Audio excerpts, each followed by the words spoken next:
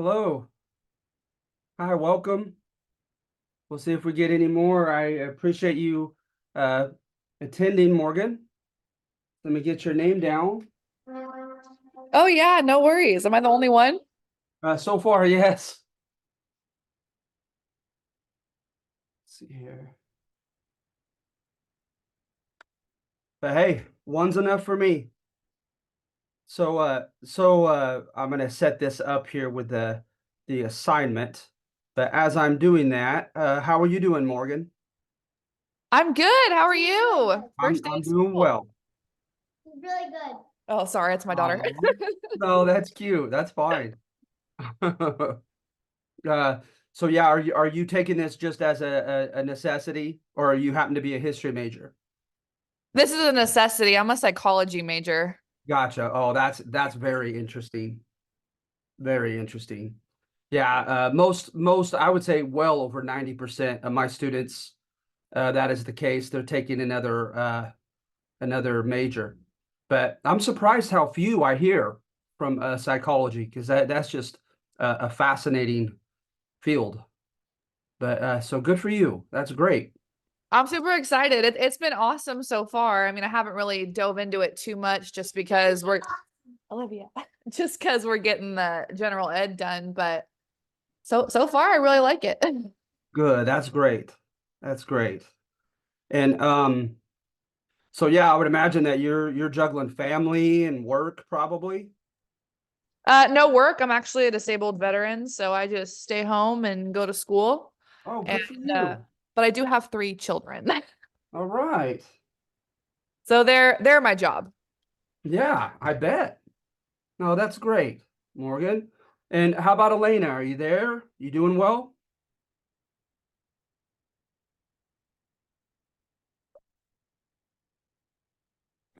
Yes, sorry, I had to step away from my family Oh, it's real quick. okay. So good, Elena. So yeah, we're just gonna go over the first assignment, but I hope all is well with you, and I'm glad to have you here today.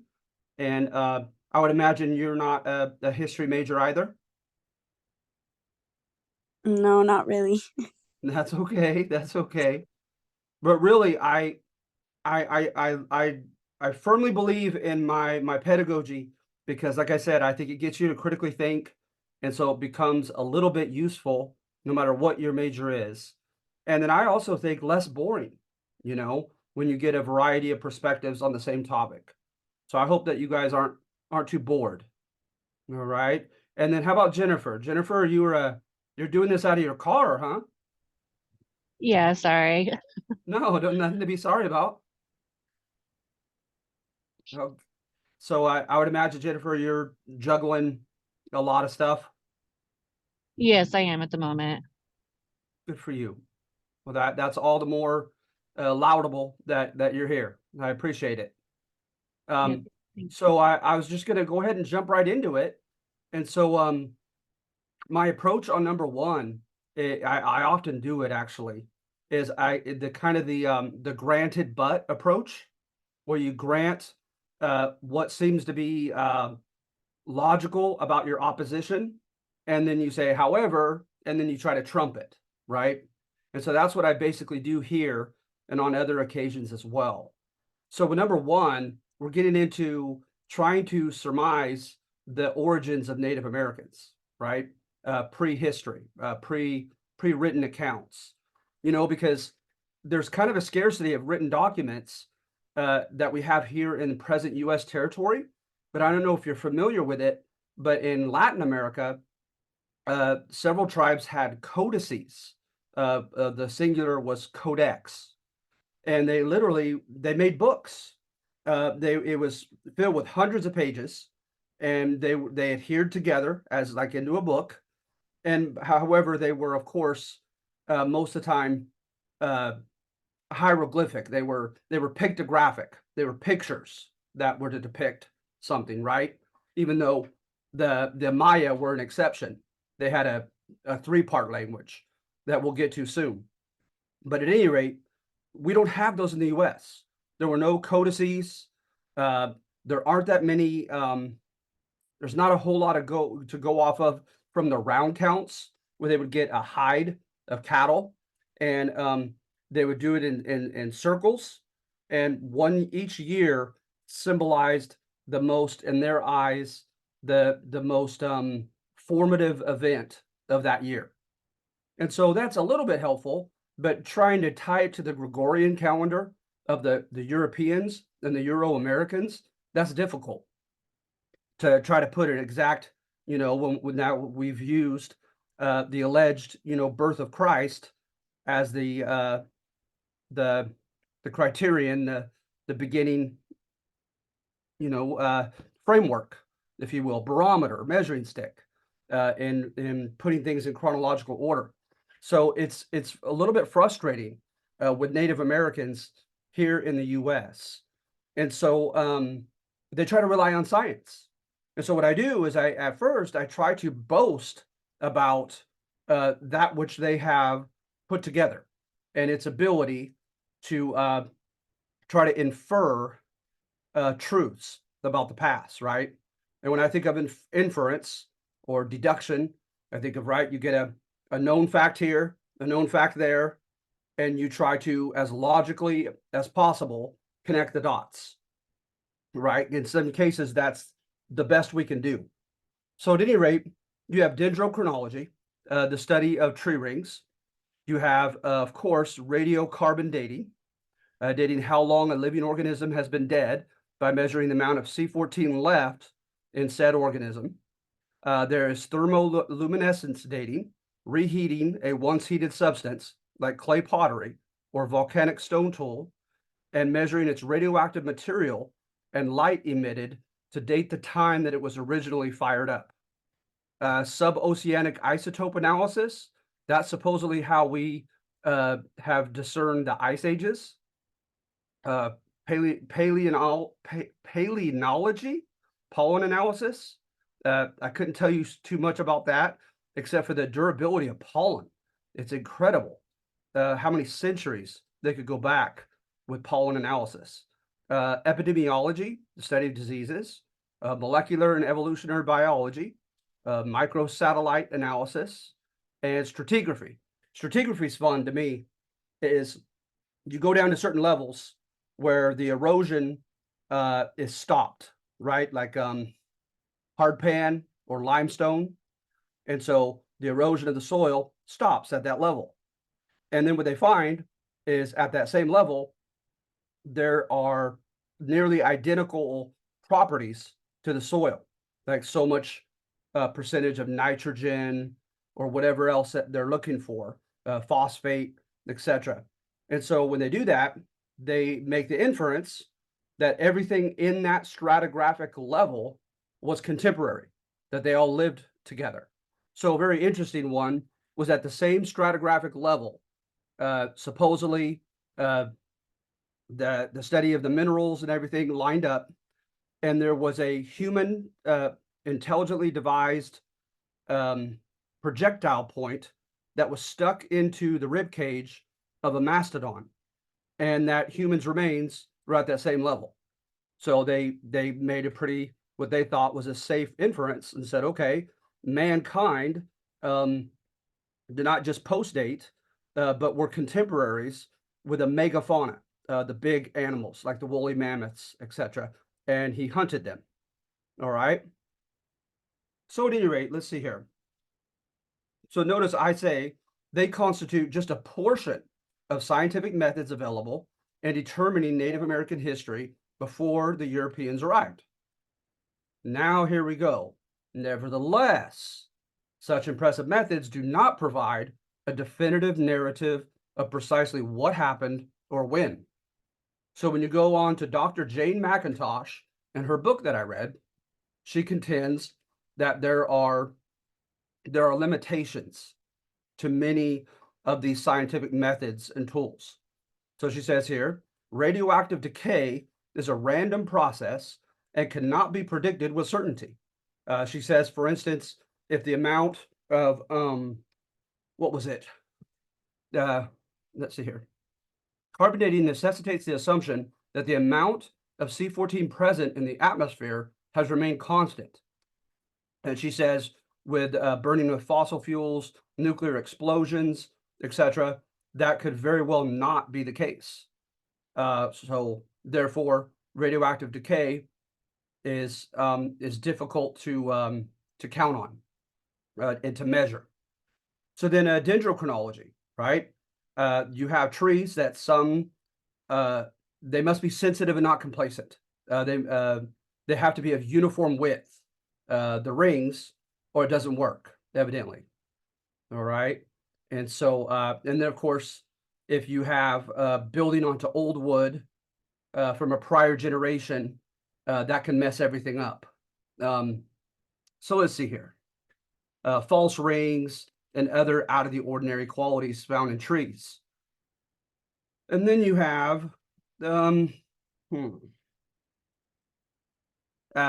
paleontology says suffers from a present scarcity of institutions and dedicated scientists, as well as from limited technology, okay, according to her book.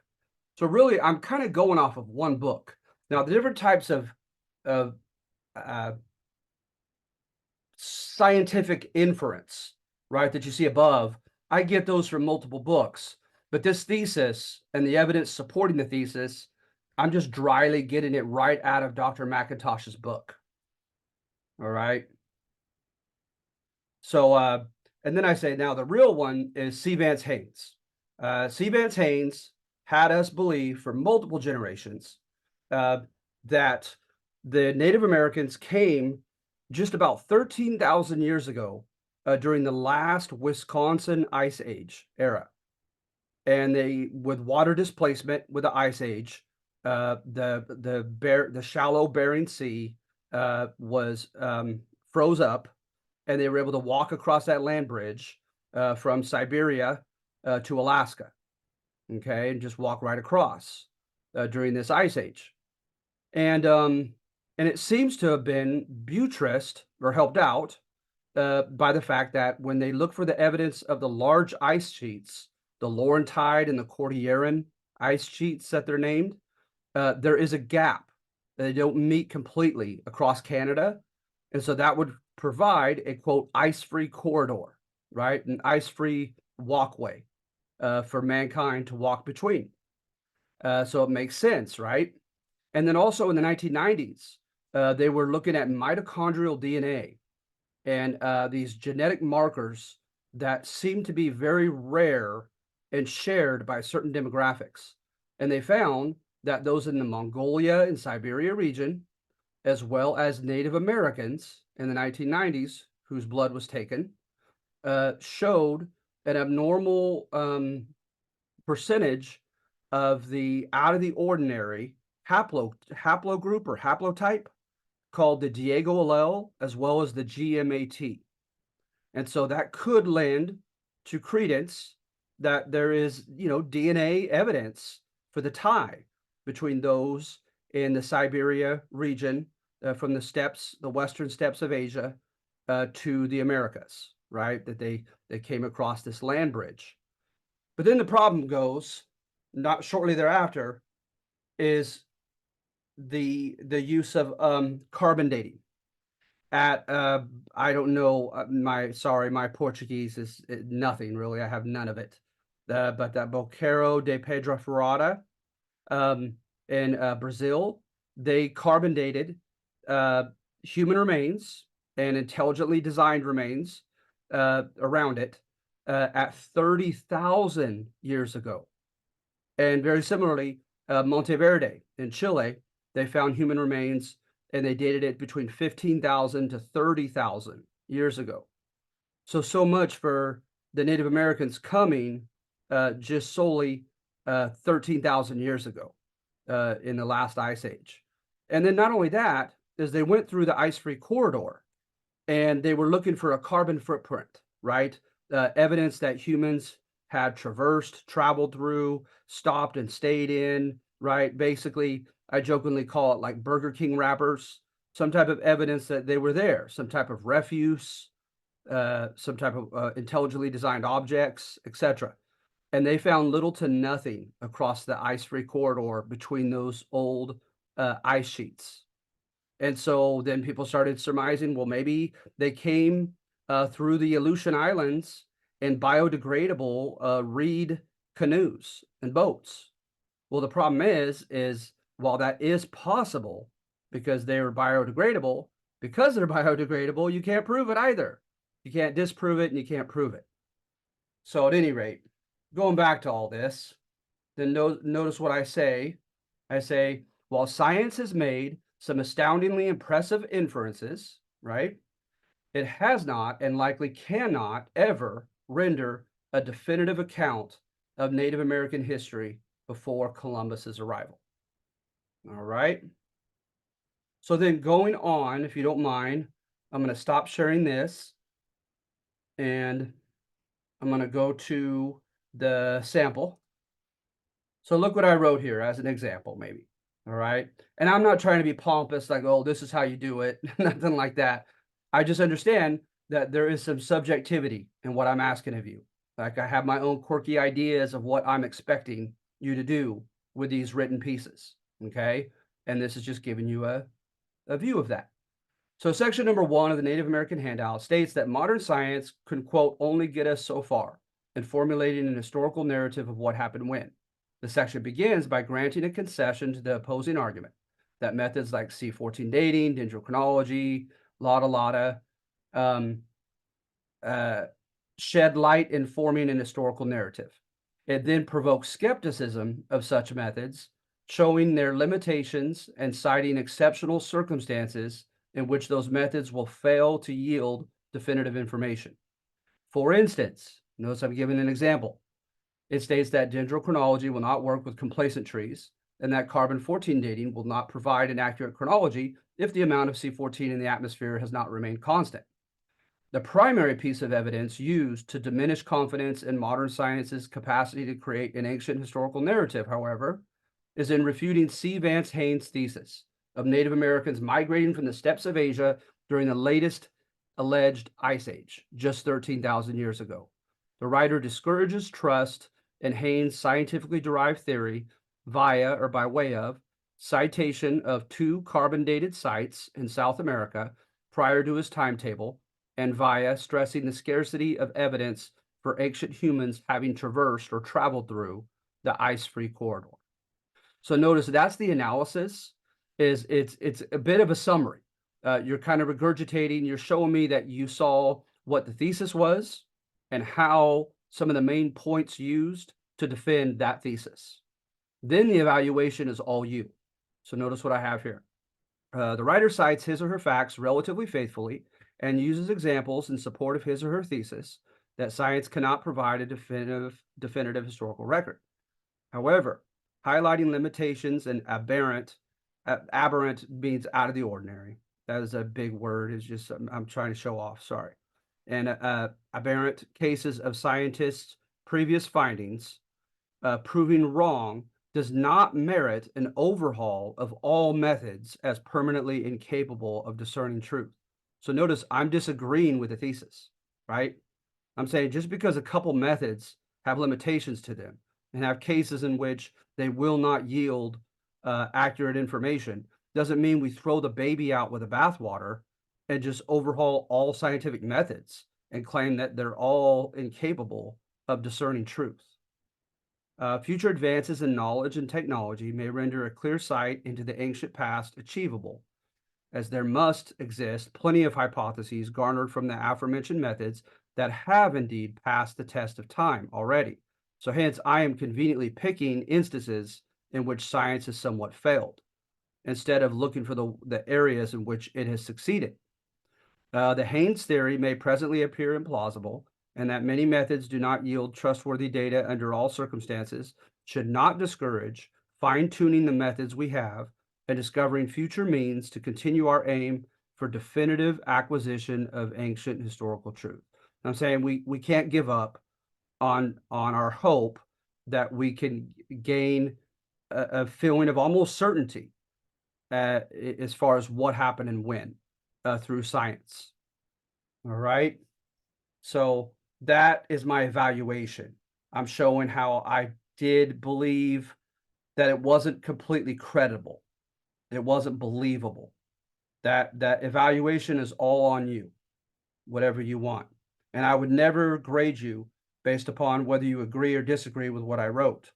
Because as I mentioned in my introductory letter, there are times in which I'm writing these and I'm kind of smiling because it's a book that I'm regurgitating that I thought was thought provoking, and I don't agree with it.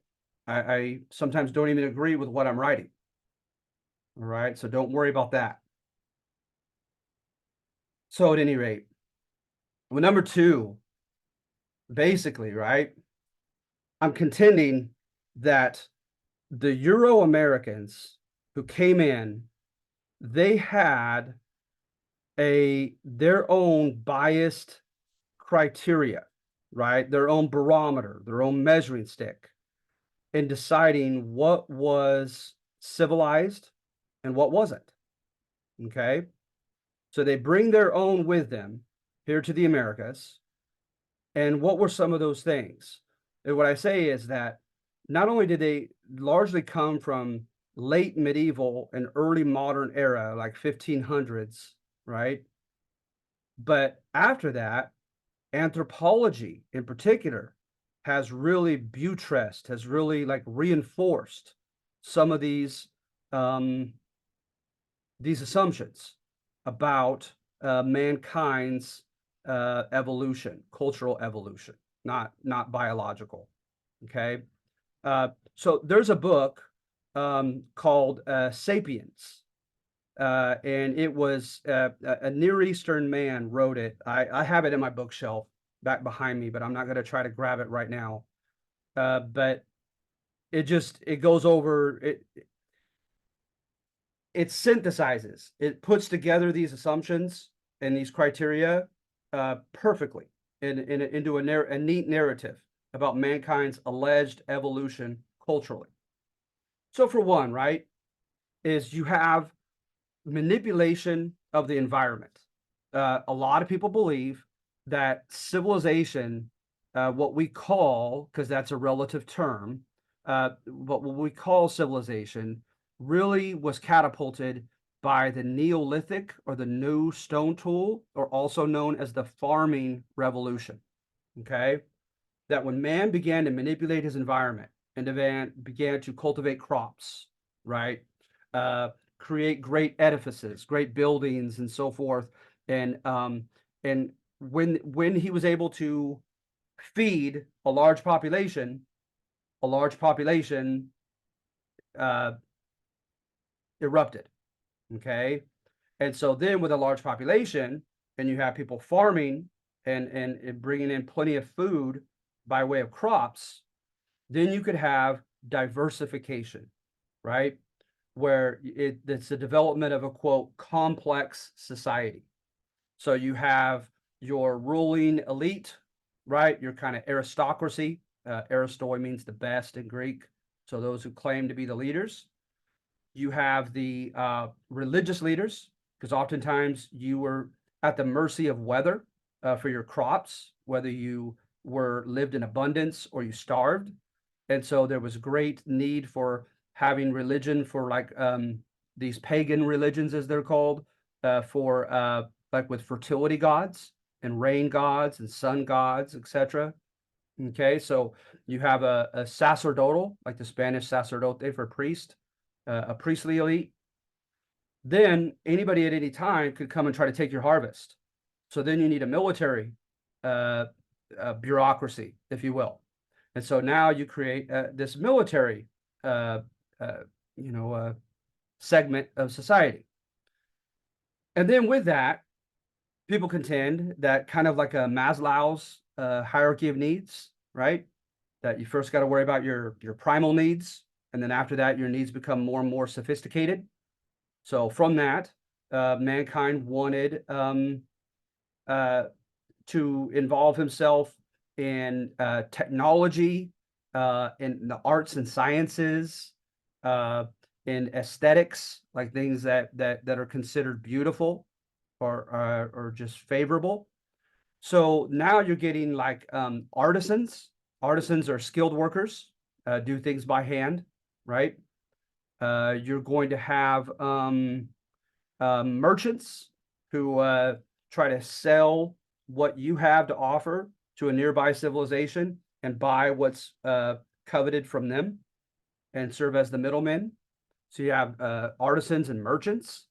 You develop the arts and sciences, and so you have kind of a literati, a leading group that becomes literate and kind of the purveyors of what society considers everything pleasurable, hateful, lovely, meaningful, etc. Okay.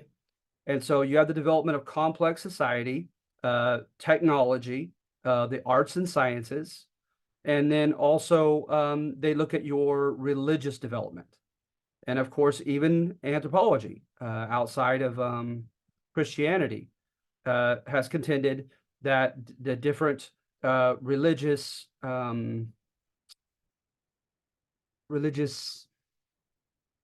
traits, that's a terrible noun, very generic, but it's not coming to me. But just different parts of your religion that might entail animism, where there is like this dichotomy and this interaction between the physical realm and the metaphysical realm. You have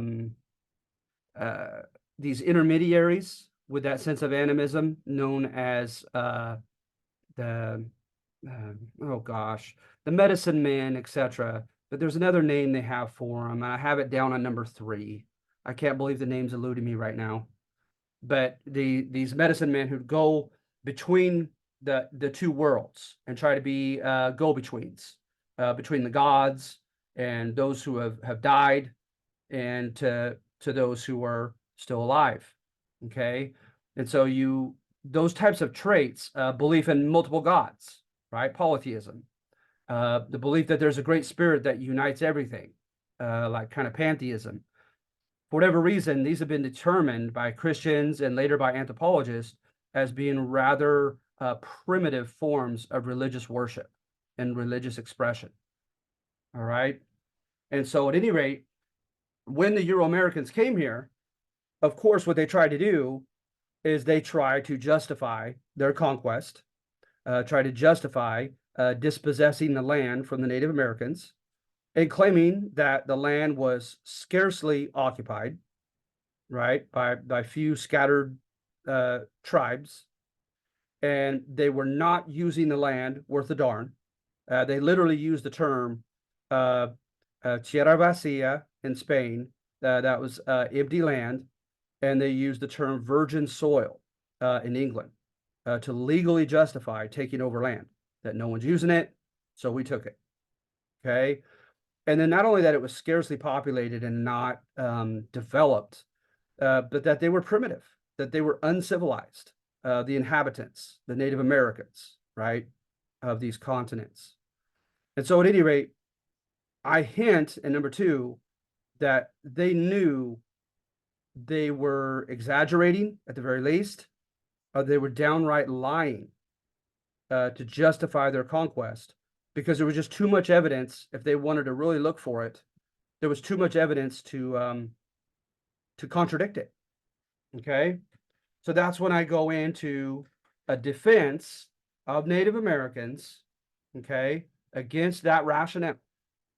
So first of all, with historian James Wilson, I contend that there's evidence that there were a lot of Native Americans. Okay, look at this, hosted between 75 and 100 million inhabitants, the Americas, while all of Europe was comprised of only 70 million. So the Americas may have been more densely populated than Europe, the place of their conquerors. All right. And then not only that, you have a large number of different language groups and cultural groups. So they were very diverse, the Native Americans. Okay. And so just to say that they were all hunter-gatherers, primitive hunter-gatherers, no way. Nothing could be further from the truth. Okay. Even in places like California, where most of them were hunter-gatherers, the Chumash near Santa Barbara, were very sophisticated and quite impressive by European standards.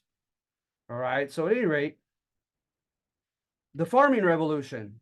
Well, look at this. Evidence for farming appears to date back as early as 9,500 to 3,000 years ago in present-day Mexico. All right, Richard McNeish went into Tamaulipas, Mexico, and his time frame, right, 9,500 to 3,000 years ago, posted the origins of initially domesticated plants like gourds, peppers, and pumpkins to almost complete dependence upon cultivated crops like the Three Sisters, corn, beans, and squash. All right. The hybridization of corn itself was impressive. They think it came from Tripsicum grass and teosinte. Let's see here. And knowledge and use of cultivation obviously spread. McNeish's partners deducted that by that's the wrong word. Sorry, we're not doing mathematics. It's deduced. Deduced that by 5,400 years ago, inhabitants of the current state of Puebla, Mexico, derived at least 30% of their food intake from agriculture. So historian Alvin Josephy contends that South America boasted corn production as early as 3,500 years ago and cotton 5,000 years ago. All right. So they look at it as from the disappearance, you know, as they say, oftentimes the necessity is the mother of invention. It's probably not a coincidence that the evidence for early cultivation of crops and hybridization of plants happened right after the megafauna died out. So that food source of hunting was eradicated, and they had to do something else to eat. So then you have the development of complex societies. Okay. Let's see here. What do I have here? We already kind of talked about this. The moderns, yeah, Sapiens right here. Here's I quote the book. Equally accepted as an axiom is Charles C. Mann's assertion that, keeping in mind that Native Americans could likely not culturally borrow from people on other continents separated by two oceans, Native America's pace in hosting agriculturally based complex societies compares very respectably with the path and efficiency of cultural evolution in the old world of Europe and Asia and Africa. For instance, he contends that Sumer in the Near East easily predated other old world sites in engaging in agriculture 11,000 years ago, while domestication of plants may have occurred in the Americas as long as 10,000 years in the past. Not far behind. All right. So then you talk about towns, the development of towns with sophisticated, complex society. You have the Olmec as early as 1800 BC, with their great ritual sites and their great monoliths, those big stones that have the broad faces on them, right? They also had the beginning of writing and an impressive calendar. So San Lorenzo, La Venta. Okay, let's see here. Fine sculpting, ornate pottery, terraced farming, calendar and writing system. The sophisticated Maya writing system all constituted impressive Olmec feats. So the beginnings of the impressive Maya system that would later come to be. Right? So Mayan civilization thrived after 250 AD. Fascinatingly sophisticated architecture with over 40 cities, hosting from 55,000 to 50,000 inhabitants each. A three-pronged language that was both pictographic and syllabic, which is praised as more versatile, right? Having syllables. And facilitated historical chronicling and astronomical study. And a complex polytheistic religion with an established priestly hierarchy, system of rituals, and rich web of folklore. The famous one I remember happening to read back in school was Popol Vuh. Popol, and then VUH. That's their stories about the creation of the earth and the gods destroying the earth a few times. And it's very interesting. The Aztec had refined many their predecessors' achievements by the 1500s. With a massive population, paved streets, drawbridges, an aqueduct system, limestone pyramids, a two-tiered school system, a complex religion, a library, a hospital, a zoo, and a cultural affinity for noblesse oblige, the nobleman's obligation for the rich to provide for and protect the poor. And then, of course, you have here in present U.S. territory, around like the four corners of the Southwest, okay, of Arizona, New Mexico, Colorado, and Utah.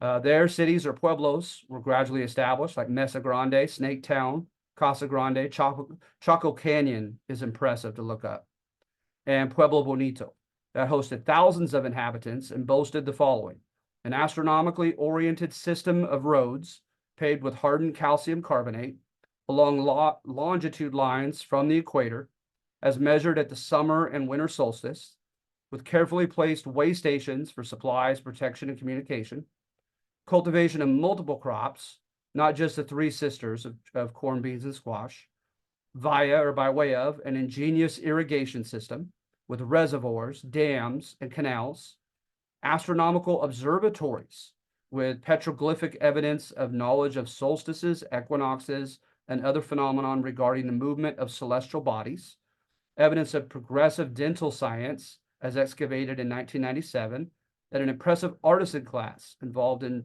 tool and utensil, pottery, weapon, and adornment production and long-range trade. And then what I just threw up here is the Adena. This is a new study coming out, a newly named people along the Mississippi, and it's going to get very interesting. And I should have put it in here, what I do know so far, but it's in flux right now. It really is. But what they find that's so fascinating is they found kilns, K-I-L-N-S. Kilns are places it's like a smith shop, right?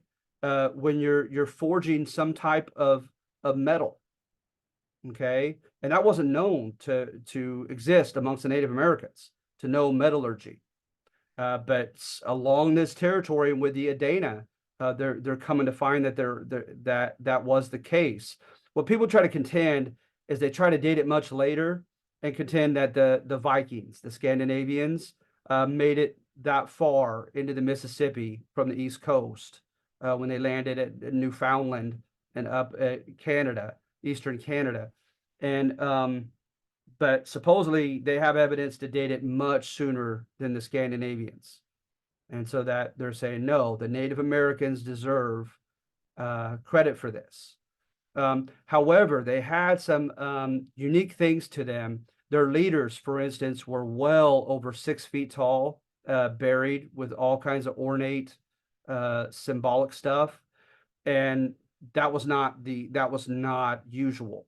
They were abnormally tall. And they had they used the swastika, and as used by the Aryans who took over the Dravidian held India, and that Hitler later runs with, and so forth. So some people try to contend that they're this Aryan European invader, but it's still in the air, but it's fascinating. So I would encourage you to, if you wanted to look further into that, into the Adena. Very interesting topic. I'd like to just feel more of a definitive hold over it, because everything seems to be so in flux before I write about it. But at any rate, along the Mississippi, you have Cahokia, like present-day St. Louis, Missouri. They have these large mounds. They had irrigated farming, lots of paraphernalia from an urban culture, including lots of different artisanry, right, of skilled work. Like I said, in the 90s, they found kilns up and down the Mississippi River. And then also, then on the East Coast, you had the Iroquois. And the Iroquois were very sophisticated in their political organization. So much so that Benjamin Franklin asked the founding fathers to keep the Iroquois in mind when they were forming their constitution, because it was just a very complex series of checks and balances. You had the elders, literally those who were elderly, the elders who had power. You had women, because it was matriarchal down the mother's line for authority. So you had women, key women from the right family trees and in the right tribes who were very powerful. You had an electoral process where they elected people. It was just fascinating. You have some powers held by the local village, and then you had some veto powers that the overall confederation had over them. And then you had some degrees of autonomy that they had that the Confederacy could not infringe upon. It was just fascinating, the Iroquois and their political organization alone. All right. So at any rate, notice what I have here. As European conquerors wanted to justify dispossession of Native American lands by convincing the world and future generations that Native America was inhabited by small numbers of primitive childlike natives who shared a common backward culture and lifestyle, far behind on humanity's cultural evolutionary path toward modernity. This simply is not true. It's a pretty simple thesis. Okay. Are you guys still there? Are you still alive? Have I bored you yet to death?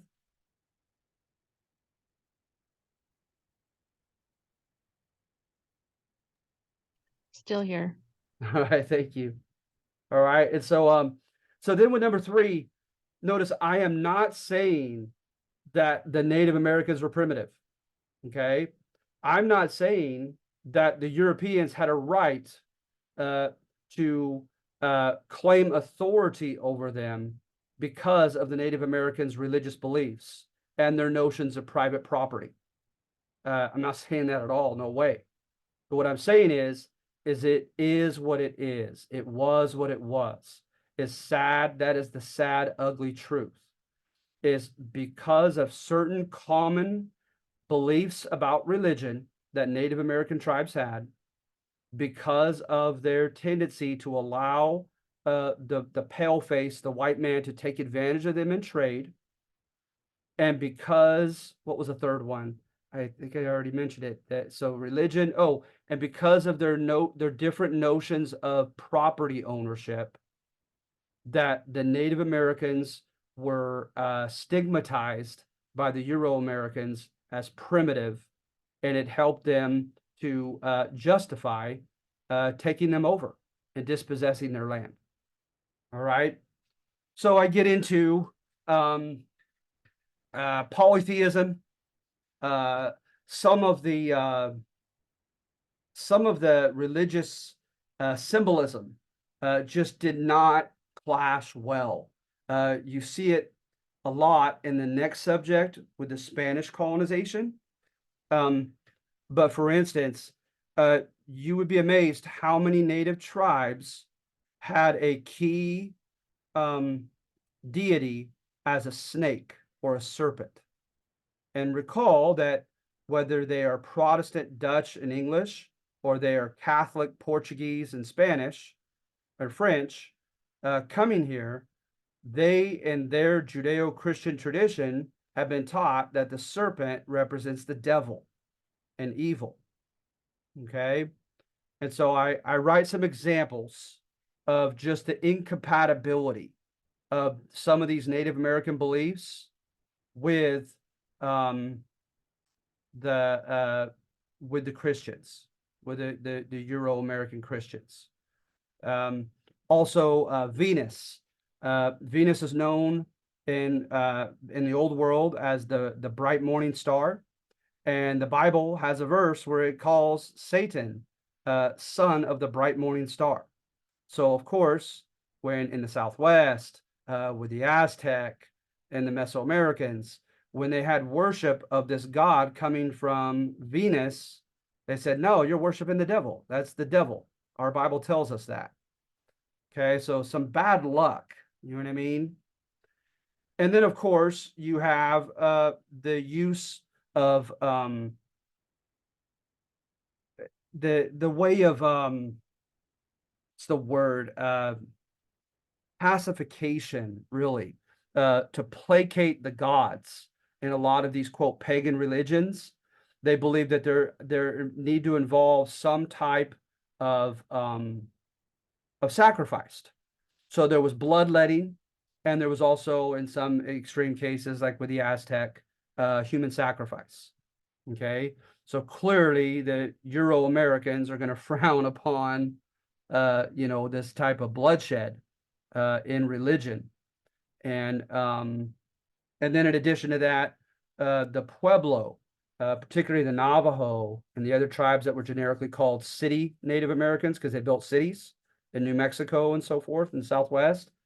These Pueblo, according to a couple sources I've read, they highly interspersed sexual activities with religious ritual. Because remember, a lot of them, their key god was the fertility god, to make sure that there was fertility in the soil and that there was fertility with women's wombs. And so in some of these cases, you have Spanish, Jesuit and Franciscan monks coming into New Mexico, and the women are offering themselves sexually to the priests and the monks because they believe that they will take whatever connection to the gods that the priests or friars have, that they will imbibe that, they will take it in through sex. And so it's just crazy stuff. And so with some of these cases, right, it's just one case after another of them just their beliefs were incompatible with some of the major religious beliefs of the Christian Europeans. All right. So at any rate, and I have a few more examples on that. So anyway, let's see here. Oh, the people that were the intermediaries right here were shaman. I couldn't remember it. The shamanism. These shaman would they would try to prepare themselves for their ability to enter the spiritual realm and go back and forth. And so oftentimes they would do it through some type of mind-altering substance, right? So the smoke and the peyote, etc. Or extreme forms of, like I said, self-laceration and cutting themselves. They would go into their saunas and sweat and get all the toxins out, and they believed it was much more than that. But they would do things to try to prepare themselves and make themselves more worthy and amenable to join the two worlds together. All right. And of course, to the Christians, that made no sense, that it violated certain beliefs found in the Bible. All right. Let's see here. And then also with property, right here, the legal concept of usufruct, the right to exploit or make use of. That was found in European history, right? But that was rare. That was rare here, but it was rather common back in Europe. It was kind of like a sharecropper, right? Someone else still owns that land that you're living on, but you get to use it for the time being, and to exploit it, and for its crop, etc. But notice proprietorship, that is what we're accustomed to today, right? Where you are the owner of that land, period. And so, not to make it too simplistic of an example, but it kind of fits, is that in many cases, a lot of the Native American tribes had a usufruct notion of land ownership, because to them, they were much more humble in their philosophy, is the Great Spirit owns everything. You can't own something, created by and owned by the Great Spirit. And so all of us are just having the right to exploit and make use of the land. But of course, with the Europeans and the burgeoning, the beginning development of capitalism, we're like, no, you sign this to me, I own it forever. I own it for good, right? So that's going to lead to misunderstandings. And we'll probably get into a couple cases of that soon. All right. And then in addition to that is there right here, the willingness to surrender leverage with the paleface regarding trade. In some cases, this Native American propensity to surrender commercial control emanated from their inflated esteem of what the Europeans had to offer, in deadly combination with failing to capitalize on their own leverage, namely gold, labor, and land. So diaries from Columbus and his son demonstrate the Spaniards' immediate boast of extracting from Native Americans such highly esteemed commodities as gold in return for, they said, mere trifles, stone jewelry and trinkets of sort. Okay. In Albany, New York, English authorities made laws about 1708 limiting private commercial transactions between Euro and Native Americans, ostensibly to keep the Euro Americans from financially taking advantage of the Native Americans. Okay. So the three things, right, that we're looking at on number 3 is the incompatibility between common religious facets held by the Native Americans and those by the Euro Americans, right? This religious incompatibility, as well as a differing concept or idea or notion of property ownership, as well as thirdly, the Native Americans, they could have been tougher in what they demanded for their land and their gold, etc. So their kind of willingness to kind of get taken advantage of. That these, sadly, it just is what it is, helped the Euro Americans not only bully them, but justify doing such. All right, and so that I'm finally done. Does anybody have any comments or questions?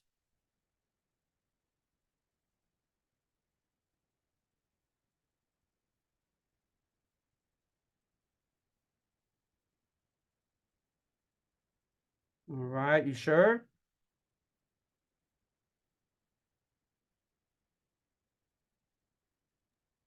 So I just want to clarify, you want us to read what you just showed us and then write an analysis and evaluation on it? Yeah, I want you to I should have made that more clear. I want you to do that, what I did, on number 2 or number 3. Okay. Yeah. And is there a word count or no? No.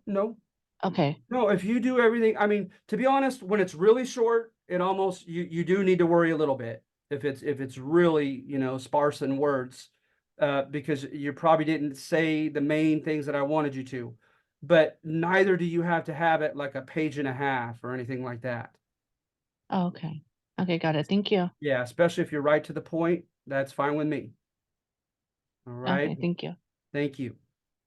All right. Well, it's nice meeting you. And I hope to be able to see you again next Tuesday. And good luck with this. You have any questions, Canvas message me. And recall also that if I'm not responding well, use the cell phone one. That will work for sure. All right. So you guys take care. I'm gonna go ahead and bid you adieu. Okay. Nice to meet you. I have a quick question. Yeah. Are we ever gonna go past 6 o'clock on Tuesdays? I don't think so. I can't imagine. Okay, I just have another class at 6 and I was just wondering if I was. No, I understand. And I tell you what, you telling me that right now, I'll put a star by your name. And so if, for whatever reason we do go that long and you get off, I won't take you off the list. I'll keep you on the list. Oh, perfect. Thank you so much. I really appreciate it. No problem. All right, have a All good night. You too. Thank you. All right, bye ladies. Take care. Bye. Bye. Bye-bye.